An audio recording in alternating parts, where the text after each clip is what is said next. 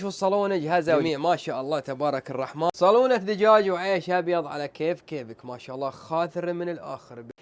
صالونة دجاج اللي ما مرة سويناها وياكم، الطبخة السهلة اللي تعتبر بالدجاج او باللحم، تقدر تسويه بنفس المكونات اللي تشوفها كلها. اليوم عندنا يا جماعة الخير بصل، طماط، دجاج، بهارات، الخضار المشكلة اللي انت تحبها ورغبتك فيها. يعني عندنا الكوس، البطاطس اللي هو البوبرة، الفليفلة، عندنا الزهرة هذه، وعندنا اللوم، وعندنا الباذنجان. البهارات المستخدمة بهارات اللي غنية عن التعريف، اللي احنا نستخدمها على طول، بهارات الغربي اللي ما شاء الله متميزين بالنكهات المركزة بيه، اللي لو تستخدم في غيرها معلقة تستخدم هنا نص معلقة. وياكم البصل يا جماعة الخير، نقول بسم الله ما شاء الله. حتى لو نزل الحين بنحمس البصل زي ما تشوفون مع الكزبرة عليه خنة. الحين بتنزل عليه الدجاج اللي تشوفونها عشان ناخذ نكهة حلوة بدون اي ننزل هالعصعص ذا.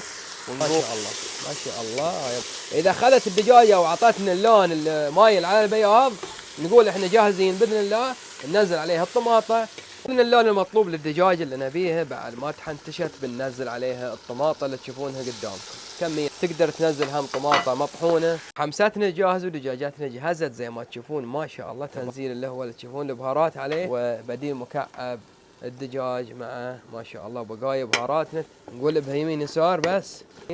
شوف ما شاء الله تبارك الرحمن كمية الخضار اللي نزلت فوق الدجاج والحمس. الماي اللي بنضيفها كمية قليلة من الماي، ولا بسم الله تقريبا نصف من اللتر اللي شفتوه هذا. طبعا طريقتي في عيش الابيض زي ما تشوف منقوع له تقريبا نصف ساعة الى ساعة، وحطينا اللي هو الهيل، وعندنا الدارسين وورق الغار، ولا نستغنى عن الملح عشان صحتنا، نقلل من الملح. بنقول بسم الله وبنخليه يتنشف في وسط الجدر اللي تشوفونه قدامكم هنا. مو ابدا سامنة بسيطة من اللي تشوفونه، هذه سامنة البقري. نقول بسم الله عطى صبعين ما شاء الله يطفر يدخل بيوته. وهذا وزنة الماء لا يا جماعة الخير للكيلو الواحد من العيش، لتر ونصف من الماء. بهاراتنا اللي موجودة في العيش، الهيل والدرسين وورق الغار. ورفع النار بعد زيادة 10 بالماء الحين، وبيدخل بيوته وبنسكر عليه. زي ما شفتوا دخل بيوته الحين قصرت عليه وبقصر عليه أكثر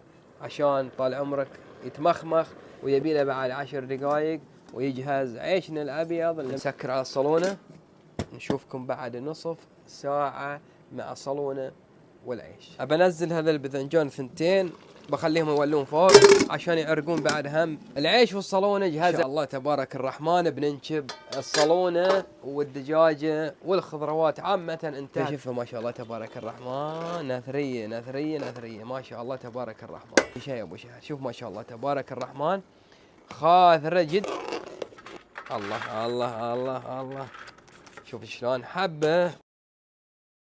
هذا هو العيش الابيض اللي قلت لكم الاسهل في الطرق، القوام المطلوب للصالون والخضار اللي شفتوها.